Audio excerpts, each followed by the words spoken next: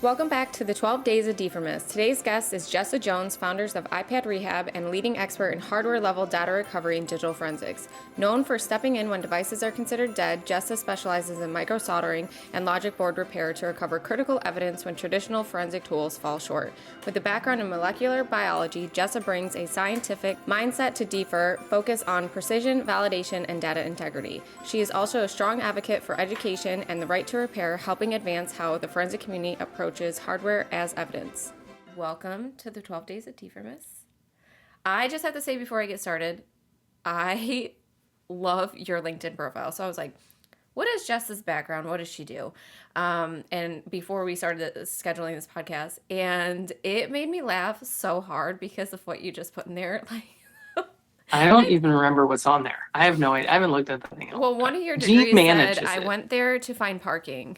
And I was like, Oh, that's exactly the kind of thing I would say. Yeah, for yeah. sure. Yeah. And also your signature, your email signature matches, which is like, we fix small things constantly. Constantly. Yeah, very true. That's very accurate. And it has stayed that way for years, you know.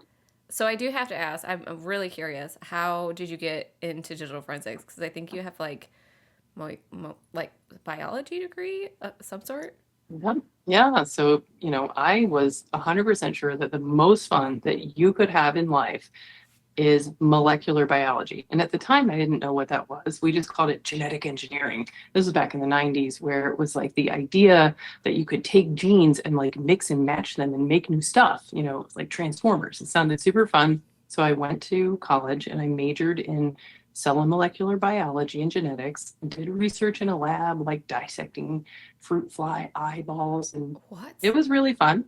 How do you Yeah. And even then do that? They're so small. oh yeah, there's a product out there called Fly Nap that you put in there, and then they all go to sleep, and then you can shake them out under a microscope and look at like tens of thousands of these flies to see their eyes. You're trying to, you know, it was really fun. We had to mutate their DNA, which I didn't realize that a place like University of Maryland College Park, where I went to undergrad, and all other research universities will have like Homer Simpson radiation, which I didn't really even believe. So we're going to go irradiate the flies. We have to go down to the physics building, and we're talking to a guy, and he's like eating a tuna fish sandwich, and he's got a key in his hand, and he walks across the room, and he uses that key to unlock another key. And then he takes that second key, and he goes to this, you know, big box, and he unlocks another key that lets him type in a code, and then a door opens, and you're like, what is this? And I'm holding this little vial of fruit flies, and then we walk through the door, and there's this giant brick circle like a wishing well, and you look down, way down in the bottom of it, and there really is something glowing blue like Homer Simpson, right? Oh my And you're just like, gosh. that's what is, and that's like the cobalt source. And so you're like, okay, so you measure it out and you put the little vial of fruit flies right there on the edge, and then you retreat. You go behind all of this, like, you know, leaded enclosure and cinder blocks, and the guy puts his tuna fish down and locks everything back up and hits go, and that raises up the source so that the flies are irradiated for, you know, a minute, and then it drops it back down below the physics building. And you go in and get them, and then a couple weeks later, you start, you know, checking out to see what kind of messed up fruit fly eyeballs do they have, and then figure out why. It was very fun. Wow. Crazy story. Yeah, I I haven't don't told know if that I would story in want like to work 30 there years. though and have like a working lunch. I feel I like, know. This guy was very casual. yeah, I just feel like no accidental crumbs or something. I don't know. It would Yeah, it was it would cause a crazy. lot of Yeah. anxiety for me. So so when you transitioned over to digital forensics, how how did that happen? So the big gap was being a mom. So I went from College Park to get a PhD from Hopkins, which was really fun. I worked on pancreatic cancer in a lab and absolutely loved it. And then I came up here to Rochester and I got a job at RIT, which is a local college. And I taught the great big Gen Bio lecture hall with like 270 kids in there. Oh my gosh. And I really loved teaching. It was super fun. And I had a small lab and would teach kids how to think like a scientist. And then I had two kids and I put them like right in daycare at 6 weeks old, which is what you did if you are a woman with a PhD and you've spent all your life getting all this education. And that was just the culture. And then I accidentally had two more kids at once. So I had twins. It was this twin pregnancy, and I was just like, I just really wanted to see what would happen if I stayed home with them, which was like, you didn't even say that out loud, like that is not something you do. So I did it. I left science and to be a stay-at-home mom. And what saved me was the local community of other stay-at-home moms. And I was like, who are these people that chose to like be a stay-at-home mom? And I started going to the Honey I Falls Moms Club, and those women were smart, funny, and they just wanted to be a central part of their kids' lives at this young age. And they were super, super fun. And a lot of them work at iPad Rehab right now. Oh my gosh. So That's yeah, wild. so in the end we years went by, and after a while you just kind of want to use your brain a little bit. So my kids got to be old enough to start breaking things, and I was like, well, how hard could it be? And I started figuring out how to change a screen on a broken iPad, and then here's a phone. And then I had this sort of classic phone, my phone, where my twin daughters were 2 years old, and they washed it for me in the sink, and then it slid out of their hands and went in the toilet. Nice. Allegedly, because all I knew was toilet's clogged and I don't know where my phone is. Oh And my gosh. yeah, so I wasn't sure that it was in there. So I don't even know, sounds crazy in hindsight, but at the time, I really wanted to figure out this mystery. So I Googled, how do you take a toilet out of your house, which I had no idea how to do, which turns out was really easy. It's like 2 bolts and bail that thing out and you're in the front yard. And then I put all my kids on it to take pictures, because if you have a toilet in your front yard, that's what you're going to do when you're stay-at-home mom. And then I got a sledgehammer and I smashed it to get my phone out. I was really frustrated. I had already tried the plunger and the auger tool and all this stuff, and it was very satisfying to smash that toilet. Oh, I Also bet. very easy. Like they are like porcelain china. Like you can smash a toilet so easy. So fun. And there was my phone. And it was it was amazing that after taking it apart and cleaning it and putting like a new battery in it, that thing booted up. I couldn't believe it after all this and smashing the toilet and everything. And then it booted up, and I thought, this is incredible, but I plugged it in and it would not charge. Ah. And I was like, I've come so far. Surely this last thing is solvable, because it's like so alive. And I ordered another charge port and learned how to do that. And I ordered a battery and learned how to do that. And it would boot up and you could use it, but it wouldn't charge at the level of the logic board. So something on this city of components was messed up and it wouldn't charge, but everything else was fine. And I just felt like there had to be a way to fix a problem like that. Motherboard repair, I'd never even heard of it. And I just really got obsessed with that hobby, like you wouldn't believe. So my dining room turns into a lab, and I order a microscope, and I soldered tiny little needles to the end of a multimeter from Home Depot. And I became obsessed with learning to read schematics. And I would talk to people in other countries that have a pressure to repair that we don't really have in the US. So, there's a lot of knowledge that's out there worldwide. And I made that phone way, way, way worse trying to learn how to fix it. And it took like 2 years, but You ended up having to ultimately, get a new phone anyways. oh, for sure. I had to instantly get a new phone so that I could Google how to fix this phone. So it was a very fun project. And then that sort of led to a love of repairing the logic board for the purpose of initially data recovery for other moms, really.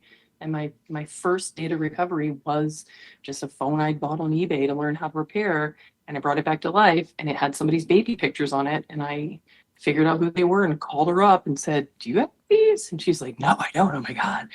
She Oh my wanted gosh. them. And Yeah. that was like, the first data recovery.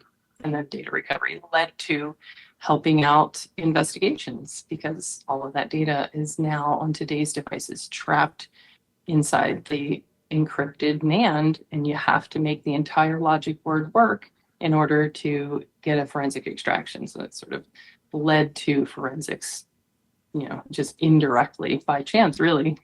I feel like this podcast has a theme. Everyone that I have interviewed is like, I just tripped and fell into the industry. Like, I Yes. did not Yeah. seek this out. It sought me out. Yeah. And now I'm here. Yeah. Right. Yeah. Kind of I how mean, it that's sounds. very true. As a parent of young teenagers that are, new to college, like how are they supposed to figure out what to do? And it is just be open to the opportunities that are in front of you. That seems to be the way. Yeah.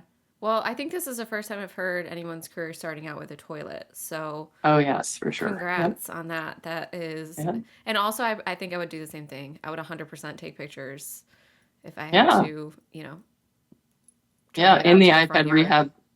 In the iPad rehab bathroom is a big blown up picture of my two young sons at the time. And these are the two guys that are now, out buying pre-workout and creatine for Christmas, in college. And they are posing on that toilet. That was kind of a day one of iPad rehab origin story for sure. I love it. It is great. So I guess what is the when you well now you're teaching folks like how to do all sorts of repairs. So what is the most popular thing that you're teaching right now? So I was a teacher, like that's what I was good at, more so than board repair or electronics or anything like that. And I would have really liked to have been able to go to some kind of a course or a training back when I had that toilet phone, and that just didn't exist. So I have developed, the practical board repair training. We're not allowed to say school anymore. Thank you, New York State. Oh, And we got a letter. School has a very specific meaning in New York State, and you're not allowed to use it. So we that had to sounds change like it. a very New York State thing. Yeah, I, it's I very grew New up in York New State. York Yes. State, so I get it. Oh, It's like yes. just what? Gotcha. Yeah. Yeah. So I started that, 10 years ago, and it's very practical where we almost kind of create a training that is based on whatever devices come in the door in recently. Like, what do you need to know to fix maybe the case that you have in front of you?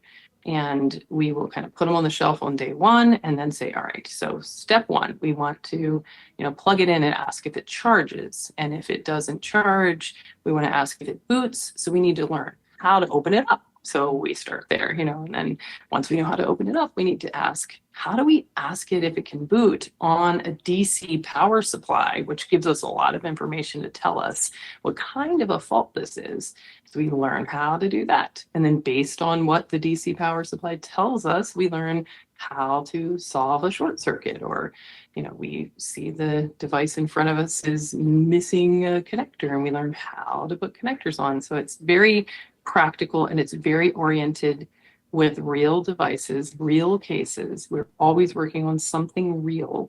And everybody that's teaching, me and Brad and Mark Schaefer, anybody here at iPad Rehab that teaches is a practitioner that sees these devices and is actually solving these problems every day, which I think is really important when you're Yeah. learning how to fix logic boards, for sure. So what's the most damaged device you've had come into your shop? I'm not sure there is a most damaged device. The ones that are sort of notable maybe this year are some of the plane crashes. I was counting it up, thinking like, what did we see this year? And it was like a couple of plane crashes and a lot of helicopter crashes. So much so it makes me not want to go in a helicopter. Yeah. Like Yeah. it's really scary.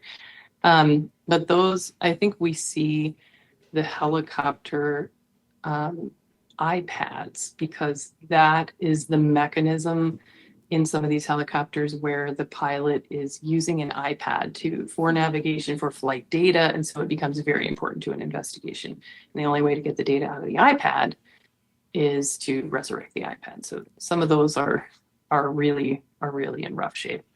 So are they coming in with like Another fire damage then?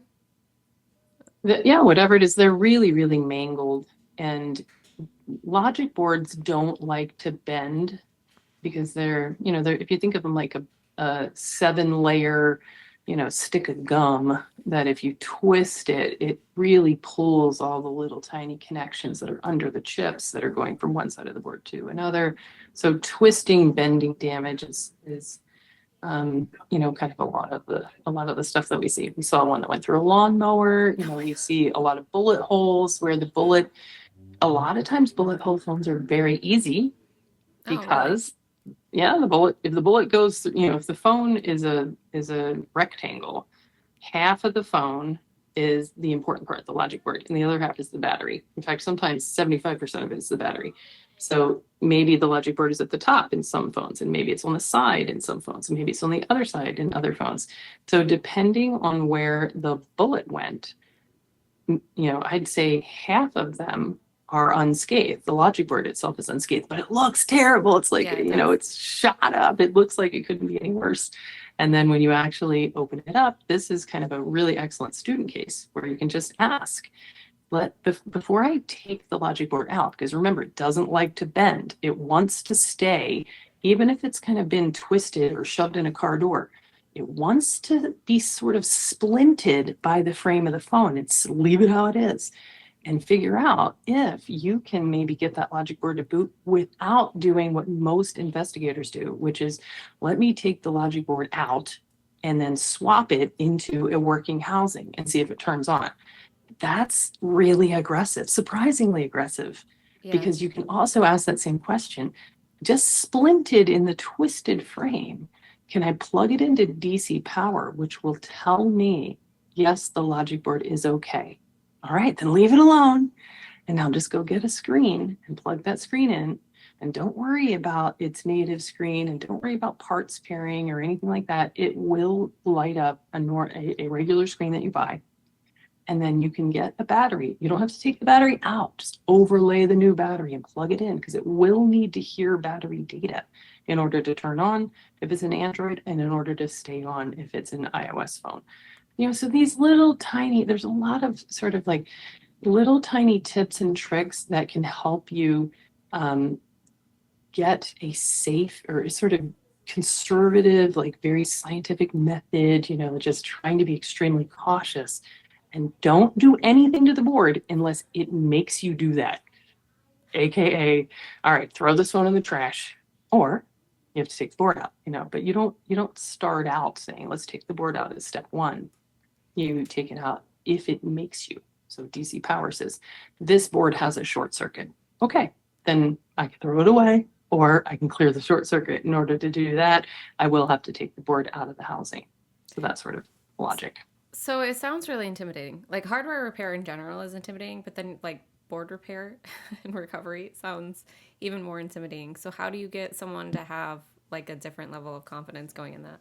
Because for me, I would be very scared that I'm going to screw it up immediately. I'm a very clumsy person, so giving me like any small, sharp tools in general is probably not good for myself or anybody around me, and definitely not for the device. So, how do you navigate that with students that are new to this? I think that you're right to feel like it is entirely possible to mess up these boards because it is. And so, with that said, children can fix motherboards. I got a bunch of kids, and children can be taught to fix motherboards. So it's not something that's inherently impossible or an overwhelming obstacle for you. And you can decide what is in your wheelhouse for hardware repair and what is outside your wheelhouse. And I think just knowing that is really a really good skill. So you might say, all right, I'm going to learn how to safely open these things up. I'm going to learn how to open them up so that I know for sure that I'm not going to be punching, I'm not going to put a hole in the battery and blow the whole thing up. And I know I'm not going to like rip it in a way that now makes it unrecoverable or worse. So I'm going to learn how to safely open devices. And that is definitely within your wheelhouse, or it's within anyone's wheelhouse. I think I could go down to the high school and teach all of those kids how to open up a phone without killing the phone. They might break a screen, they might make it, like not as perfect as a professional, but they'll get it open without killing the thing. And then from there, you can say, I'm going to learn how to use a DC power to just ask the question, is this logic board okay? And if it is, I'm going to learn how to plug in a screen and get an extraction. And maybe I'll set my wheelhouse just there. If it's anything other than that, then I refer it to somebody else. I'll send it out if it's important enough, or I will, just give it to a regional, Secret Service or somebody that has a little bit more, tools and expertise. Or you might say, I'm going to extend my wheelhouse one more thing. And I'm going to say, what's really fun, everybody's favorite problem to solve. When a logic board doesn't boot up, but its problem is that it has a short circuit, I love to use my thermal camera and an X-Acto knife to solve short circuits. A very common problem. So all you have to do is figure out, how to use your multimeter, say, yep, there's a short circuit. Where might it be? I'm going to solder one wire to inject a volt into the shorted line. And then I'm going to hunt around with my thermal camera and find the shorted component. And then I'm going to use the X-Acto knife to flick it off. And then boom, the phone boots and I can get my extraction. That's a fun one. Anybody can learn how to do that and, feel pretty confident when supported by the knowledge that they can always go to the Discord and ask, am I in the right spot? You're not going to kill it by trying to do that. So you could put that in your wheelhouse, and then anything else I'm going to refer out, and then we kind of teach you in the training what the next level might look like, and then the level beyond that. And we do caution people to, stop if you feel like you've exceeded your comfort level or where you think that you're pretty confident at being able to do this. We're going to give you cases real cases to work on and stand over you to make sure that you don't destroy it or make it worse. So I'm not going to give you anything to work on that we wouldn't be able to rescue you from in the event, that things, and we call it additional learning opportunities. So we're kind of counting on students to create additional learning opportunities for all of us, because that's what it's really like when you go back home. Oh my gosh, I would be sweating the entire time. I would be so nervous. There'd be so much anxiety coursing through me. Then in that case, we would go in the back and we would make you drink a medicinal margarita, and then everything would be fine. I like it. All right. So there's a solution for everything. Yes, exactly. Yes, for sure. No, it's very fun. We encourage students to create additional learning opportunities. I will begin to yell at students if we are not seeing the additional learning opportunities that we need in order for us all to learn, because you're going to, take a chip off and cause a big slide. And now what do I do? We have to come across those things in the training environment to learn how we would recover from those things. Yeah, I could definitely get behind medicinal margarita or two. Just saying. Maybe that's what my solution is for some things. Maybe I need to incorporate that in to life. Yeah. Not drinking on the job, but Sure. Yeah. After hours. Why do you think? Because I've come across cases where if we have a damaged device, we sometimes can't recover it, or we move on because we don't have the resources. Do you think that? I don't know, that's silly, or do you think that there's other things that are stopping practitioners from moving forward and repairing a device to get the data off? I think it's probably natural to look to say, is there another way for us to get information from this case? Because we don't know whether it's possible to get the data out of this particular phone. And I think maybe there's a little bit of a disconnect where if you're looking at a broken phone, even one, let's say, that has a bullet hole through it, there's an assumption that I'm noticing out there that is bullet hole phones, for example, are automatically difficult, when really they're not. Some of them are the easiest ones that we're going to see. So the misconception is all hardware damage is hard. That's not true. A lot of hardware damage is really easy. In fact, you don't even have to fully assemble the phone in order to get an extraction. All you have to do is determine if the logic board is okay, and a lot of times it is. And then if it is okay, you have to just plug in, not fully assemble, not every screw in the right place. You just have to temporarily plug a screen in, temporarily plug in a working charge port, and temporarily plug in a battery. Even in the crushed up housing, it doesn't matter.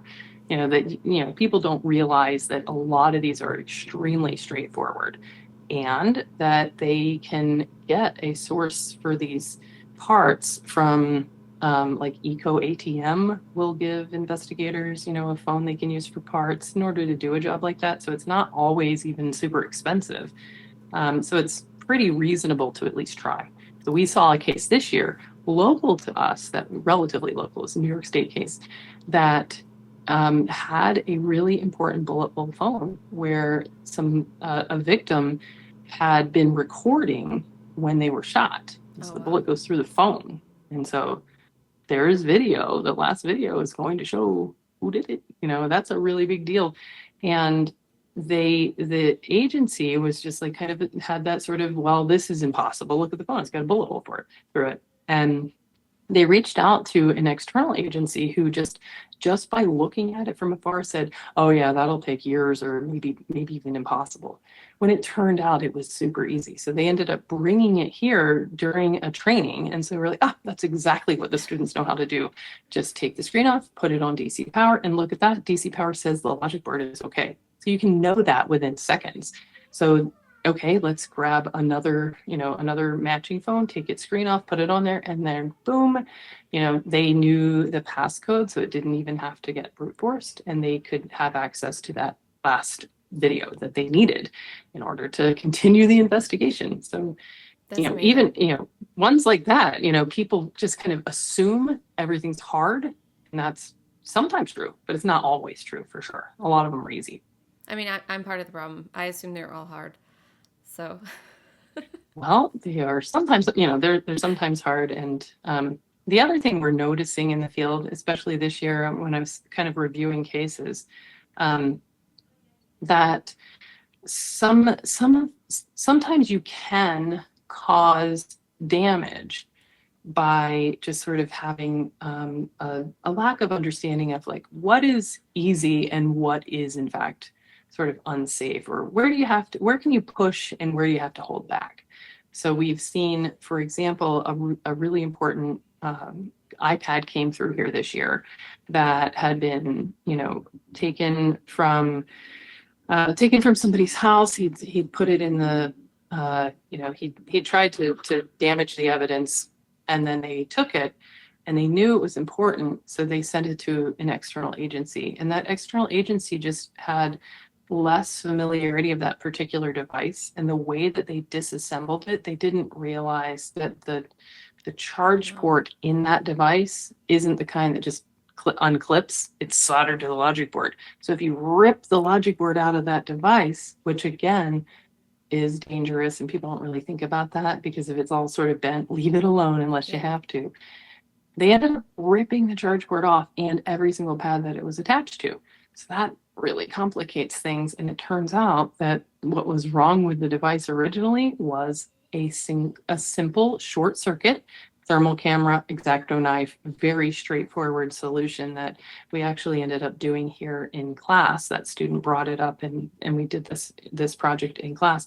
Along the way, somebody else had in disassembly knocked something off the board that turned out to be required in order to boot it up for image. So, things like that. It's easy to knock stuff off the board, and it's easy to get into trouble if you don't have just some experience base with, how to take things apart, or know when to stop and just say, is there anything here that somebody wants to tell me about this specific device that I might get into trouble, like, roadblocks and stuff like that. We will answer any question, anytime. We have plenty of people here that will read an email or whatever if you're just worried about, is there anything I need to watch out for on this particular device? And we'll let you know.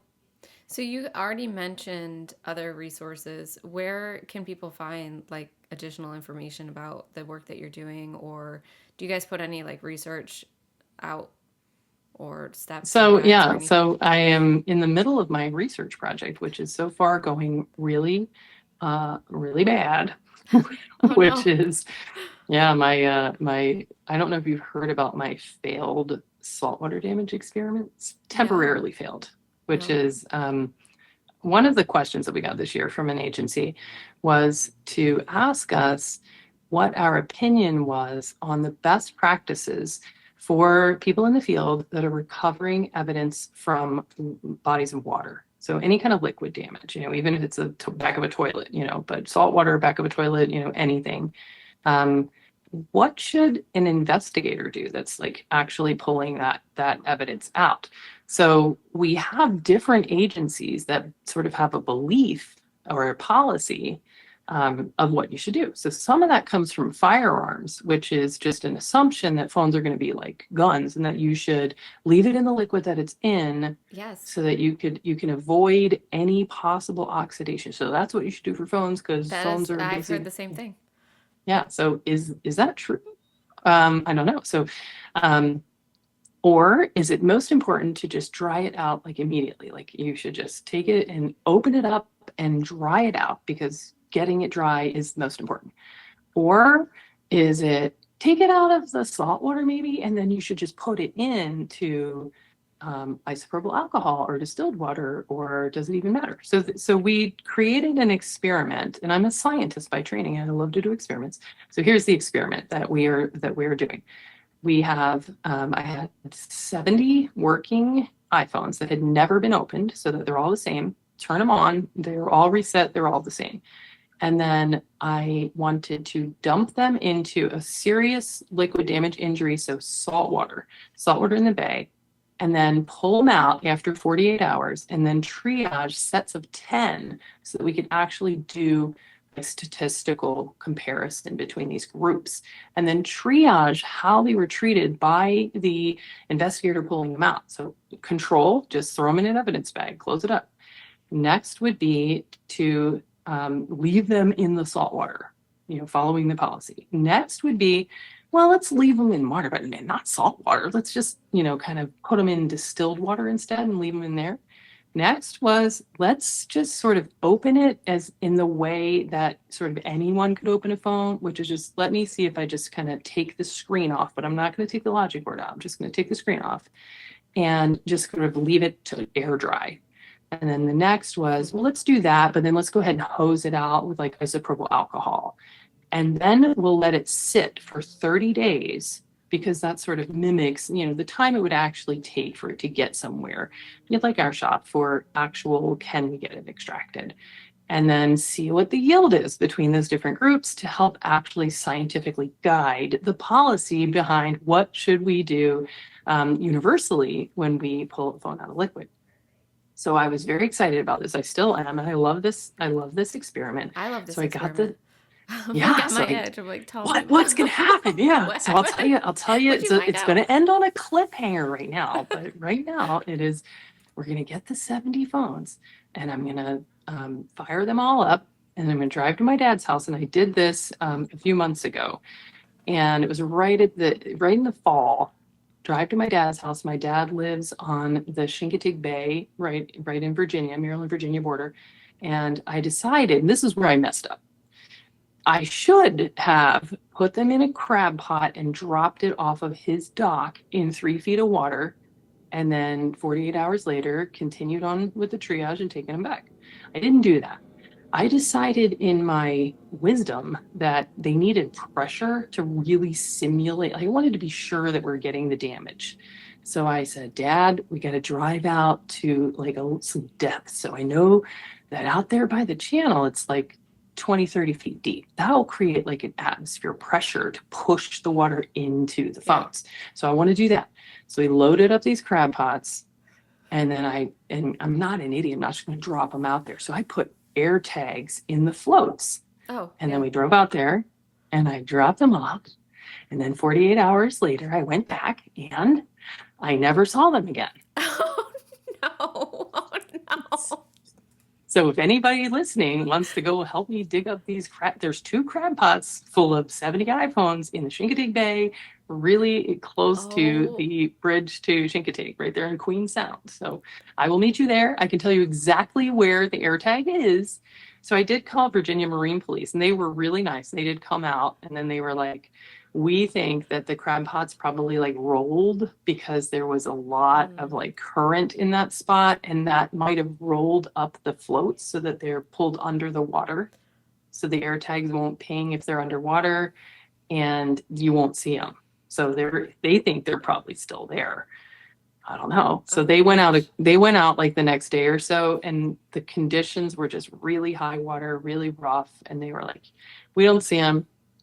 I didn't hear from Virginia Marine again either. And now like a couple of months have gone by. So in the meantime, back to square one. And I am now trying to amass another collection of, and it's hard to find 70 working iPhones that have never been opened before, because you want them to all kind of be like a normal phone, that Yeah. has its intact seal, to keep that all the same. So that's the current status. So Oh cliffhanger. my goodness. Oh my Yeah, gosh. if So you anybody had has an mentioned agency though. that's getting rid of phones, call me. What I can't help you. I hate having tech laying around the house that we're not using, so I'm Yeah, like, get rid of it. Um, yeah. but I'll keep my ears out. So people donate their phones. You had mentioned, is it Ecom ATM? Is that Eco ATM. Yep. okay? So Eco ATM is just a place that is friendly to law enforcement. And, it was sort of like we've heard, like I've never spoken to them directly. This is just, we are under the impression, that, and maybe they would be great to talk to directly to find out, like, what is the limits of what they can do. But in general, they are the guys that are kind of receiving phones from recycling programs, turning your phone in or something like that, and that they seem to have a collection of phones that are for recycling, that have value to them, that they could sell, but they are willing to kind of like almost like be like a library of sorts, to give, oh, you need a phone for your extraction, here you go, here's a phone that you can harvest parts from for this extraction. So We've heard a lot of is it agencies use is it that. like a Dropbox too? Like they have Dropboxes. I think so, yeah. Yeah, because I think I had spoke with Debbie Garner about this, and she had mentioned Hmm. like, no, they have like little drop boxes that you can just slide your phone into if you Yeah. want to donate a working phone, and then law enforcement can use it for donation parts. Yep. I feel like it doesn't get enough attention. I, Right. Well, I'm not sure that, like, because suggesting this because our students are saying that's what we do. And it's like, oh, okay, pass the sort of like, I'm just kind of passing information that student A says to student B, just like, here's something to check out. We hear a lot of people that have had success with that. But I would want to talk directly to the Eco ATM guys and say, do you want us to be telling everybody you're doing this? Or is this sort of something that you one time did for one buddy? Now I'm like promoting it. I have no idea. So it would definitely be worth reaching out to those guys and just saying, hey, is this something that you want to do and that you intend to do? Like, do you have access to tons of phones, or just like a little bit, or what's the deal? I don't know. that's a cool concept too. I think Hmm. a lot of people. I had older phones. I just said I don't like hanging on to anything that I donated because I can't sell or whatever the situation is, and I would just bring them to like Best Buy to recycle them. Right. Yeah. I And I mean, never having a questioned known like, good phone. where Yeah. did that go? Right. Yeah, for sure. Yeah. Where are Well, all my having old phones having living? an having a known good phone, like a working phone, is really one of those sort of like secrets of phone repair in general. That's really important. And I have a case here that I was working on, just the latest one, that is for it's a homicide case, and an agency has already tried soldering on the motherboard, and so they've kind of referred it back out to us now. And I asked them to send with it a working donor phone. And then what they sent was a donor phone that didn't actually work. So I wasted a lot of time on that case trying to resurrect the donor phone, because here's what you want to do instead: order a working phone. And let's say you're going to do a big surgery on the board. Take your working phone and prove that it works. Figure out on the working phone, before you do anything else, how to get it to boot on DC power. Because Mm. DC power is wires at the battery connector that will show you the current consumption of the board. that will give you so much information in the event that something that you do to the board makes it not boot anymore. Oh, Then yeah. you'll be able to see how that changes, and that will give you a huge clue what happened. And if you don't have that, your hands are really tied because you're like, I don't know what happened. I just know it's dead, right? So taking a known good and sort of working up your known good, that way, even something as allegedly straightforward as taking off the soldered on shields, the metal shields that cover up a lot of the components, that's really aggressive. In fact, that's another thing that we've seen out in the field. It's difficult. There's really no good, safe way to do it. So you can try it with heat. You can try it with a drill. You can try it by the pry and pray method that I use. Every one of those is a little bit risky. So on your known good, you're going to first learn, can I take the soldered on shields off and then stop and check? Does it still boot? Does it show me the same electrical current? Like, you're acting like a scientist where you always stop, check. I changed something, stop, check. I changed something else, stop, check. And you'll be able to get so much more information compared to just a phone that doesn't turn on. You have no idea, why is it that the chips are dead, or is there any number of other problems? And so that's what I've been struggling with lately. I ended up buying a known good, and then I took the chips that I needed off of the known good, and then I put them back on the known good just to prove that the procedure of taking the chips off, reballing them, put them back on, that did work and everything was fine. So that way I could go get the evidence chips and put them on. Now, if the phone does not boot after that, I take the evidence chips back off. I put the known good back on to prove that the receiver board still worked, that nothing happened. And only that would really let you conclude that the problem is inside the evidence chips, and therefore you're not going to get an extraction. If it's anything other than that, you'll be able to solve the problem and you will get an extraction. I mean, it makes sense, right? If you don't know what you're working with, you're kind of going in there in the dark completely. Yeah. I'm sure And you so we see a see. lot of people, that you just are like, oh, here's what you do. Just, that you take the board and you swap it, or you take this chip off or whatever. But you have to kind of prove that you can do that on your known good. It's really, really important. So having that source, like getting a working copy of the phone that you're working on, is, I think, really, really important. Yeah, absolutely. It's the same thing, like if you think of it from a very traditional dead box forensics perspective, right? Like you have an image that you're working with. I interviewed Josh Hickman, right? He knows exactly what data points are on there. So as he's going through, he can pinpoint the artifacts of what he's looking for and he knows what's on those test devices. It makes sense. I mean, Right. this whole field, right? Scientific. So, Yeah, exactly. Yeah. You gotta controlled think like a environment. scientist. Right. Yeah. And I think that's why, kind of there's very little relationship, I think, between the fields of, molecular biology and genetics and motherboard repair, other than saying you're working with stuff that's super tiny. I was going to There say, is yeah. no instruction manual, and you have to think like a scientist, and if you think like a scientist, then really this iPad Rehab is really no different than getting a postdoctoral fellowship in a lab, where you're just doing the same thing. You're trying to think like a scientist to solve tiny problems. I think it's so cool that you're doing this because the courses that you're teaching, they're just, you can't find those anywhere. Anywhere. Yeah, they're very practical, and it's just, how to set your wheelhouse. What's easy, what's next easy, and then, kind of staging it out. This year we've changed things a little bit because we're finding that there's more and more phones are becoming more complex. And so therefore we're having more and more content in the same short 5-day course. So we decided to say, let's start pulling out like a basic, just hand skill microsoldering. So we created a ports and connectors 3-day, like, let's just make sure that everybody knows how to read a logic board. Where's ground? Where's power? Where's data? And work with just solder and flux and a microscope to change a port, a connector, those sort of like basics. Get a tiny component off without losing it and getting it transferred onto another board, no problem. And then we've been able to kind of make our classic course, the 5-day practical board repair workshop, or whatever you want to call it. really just focus on iOS devices because that's where you'll learn everything. That's where the most information is. That's where all the schematics have fallen off a truck in China and made their way to the internet.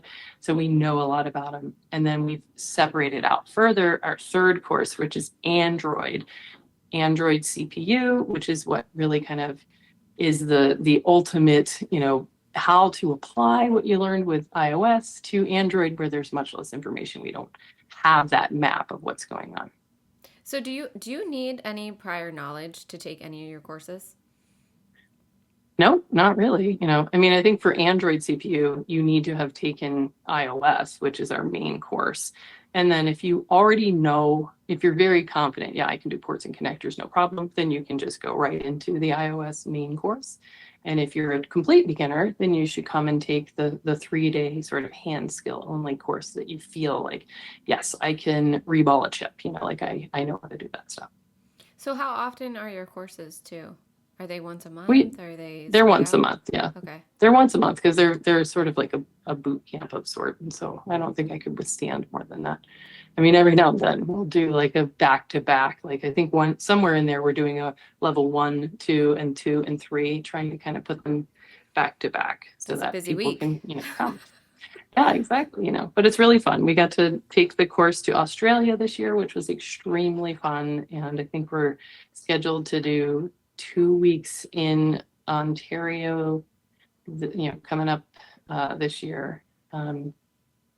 So that's the exciting stuff. So you Oh, do I'm travel getting. to customer sites to do the training as well? It sounds like it. Yep, we do. Yeah, we used to say no, but then we were asked by Fletsy to go down there and kind of help them, Oh and yeah, we that would did be that. It was super really fun. valuable. I previously was like, we can't put the course in a box, because it depends on real devices. And then it was like, I started really looking for real cases that I could reset. So it's like, here's a real case, and here's what's wrong with it. You can figure it out, and then you can fix it, and then I can return it back to the original way it was and then put it away. So it's a real case, but it's something that we can kind of like hang on to and use again. So I've started collecting those, which allow us to be able to, take a case, even one where it'll be like, okay, here's the diagnosis. Now, once the diagnosis is done, we're going to give you these test devices to actually do the surgery.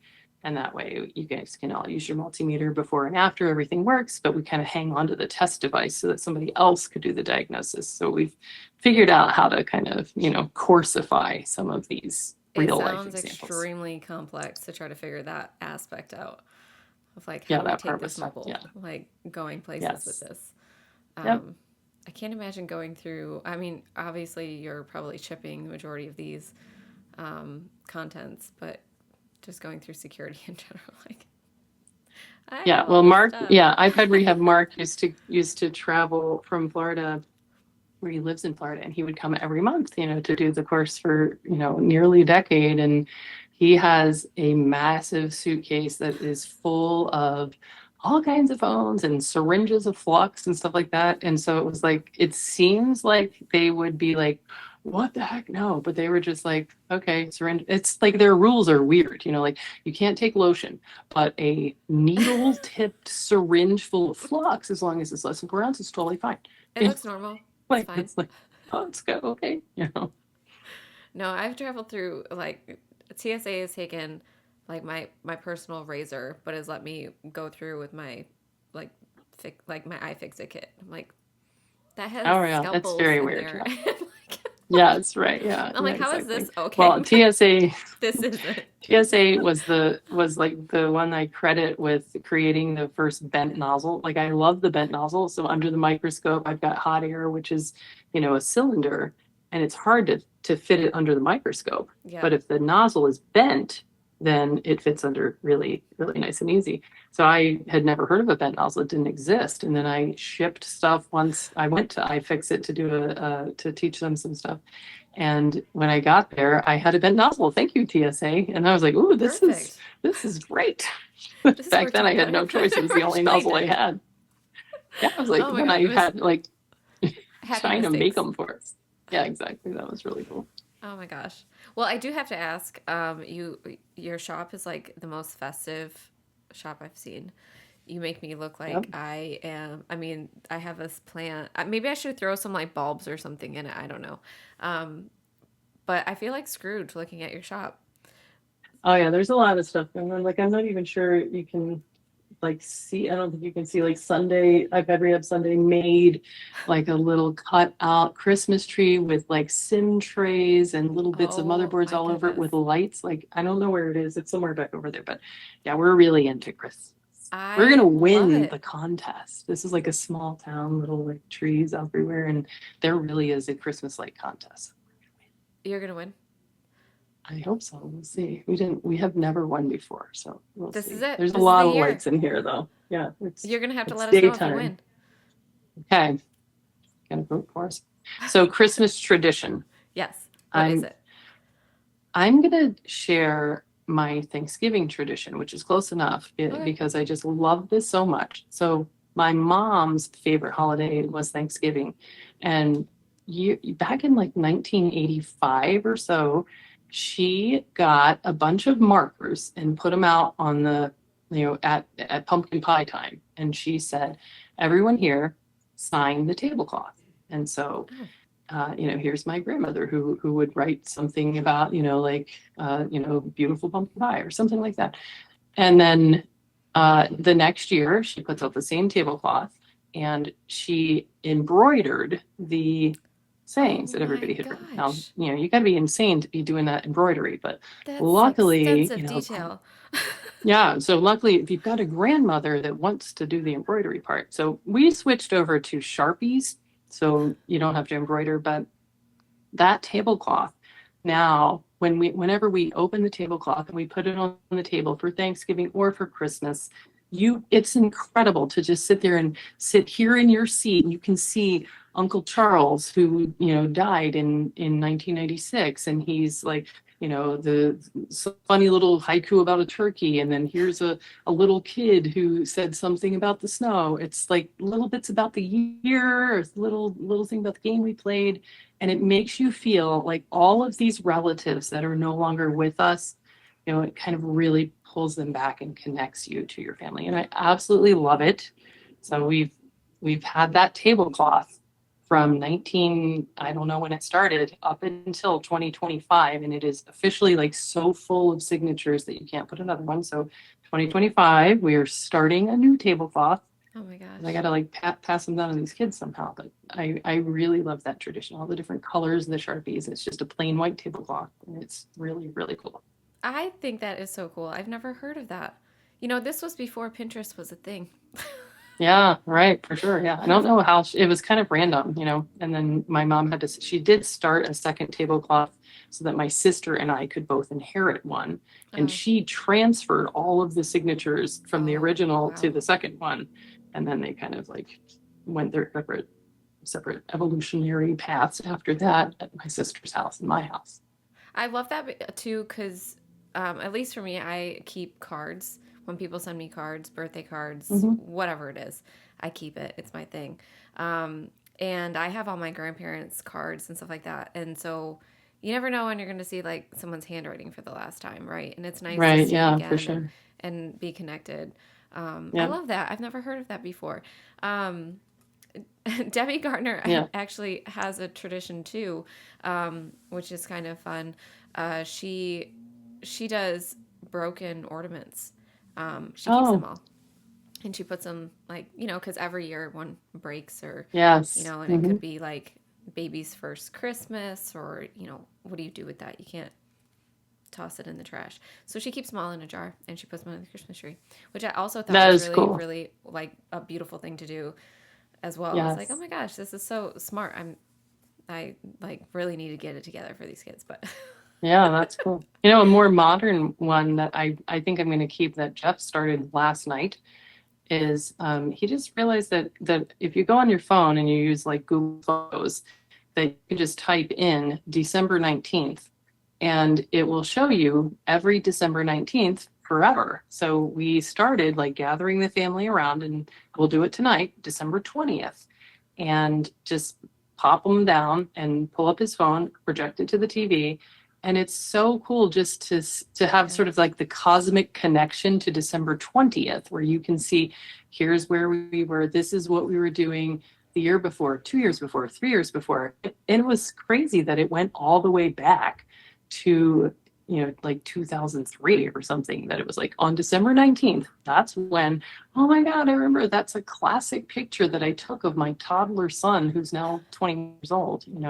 and it's like just the same day. I just thought that was really cool. And I would No, do I that love for the that. rest of the time. Yeah, I might have to start that. I might have to steal that. Because Yeah, it's I'm a cool. sucker. I love, I have an app that I use. It's called Tiny Beans, and I didn't want to put my kid on Facebook to share it with family, so we created this app account. And I love it because it Hmm. does flashback moments, and they're all like Yeah, for that year or for that day for every single year. And I'm like, right. sometimes it's Yeah, crushing because you're like, oh my gosh, I remember when you were yeah, just like this fat, chunky little baby, and now you're a little yeah, sassy this morning for no yeah, reason. yeah. So, That's crazy, because then they keep on growing, and then they're buying total buck pre-workout at GNC. which is Same apparently little has baby. ground up antlers in it. I learned Ground something up new today. I antlers. had no Yeah, idea. exactly. How to get swole. Yeah, maybe I need tips. I'm going to take tips. I'm going to try. Maybe they'll sell Yeah, like samples or something, and I'll try it. yeah. I'll let you know if there's a All weird bucked up. aftertaste. Oh, I don't know what it's called. Yeah. Well, the Yeah, next time you see me, I might be super swole, and that's gonna be why. there you go. I'm going to be like, well, I know what you've been doing. Right. So, well, thank you so much for being on the podcast. And You're I wish you the welcome. best of luck on your 70 iPhones. I hope you find them. I know I do too. I will keep you posted. And if anybody's in Virginia and wants to go for a boat ride, call me. And also send you phones. Yeah, send me if you have a whole bunch of the same kind of unopened phone, then send it up. If your agency is just like, hey, we're done with these and they're reset, it doesn't matter. As long as they're just regular phones, then we can throw them in the crab pots for you and then let you know what really is the best way to triage these water damaged phones. Oh my gosh. Well, I'm excited to hear how this experiment goes. So definitely keep us posted. So, Okay, will do. all right. Thank you so much. Appreciate it. Okay. All right. Bye-bye. Thanks Bye. for having me.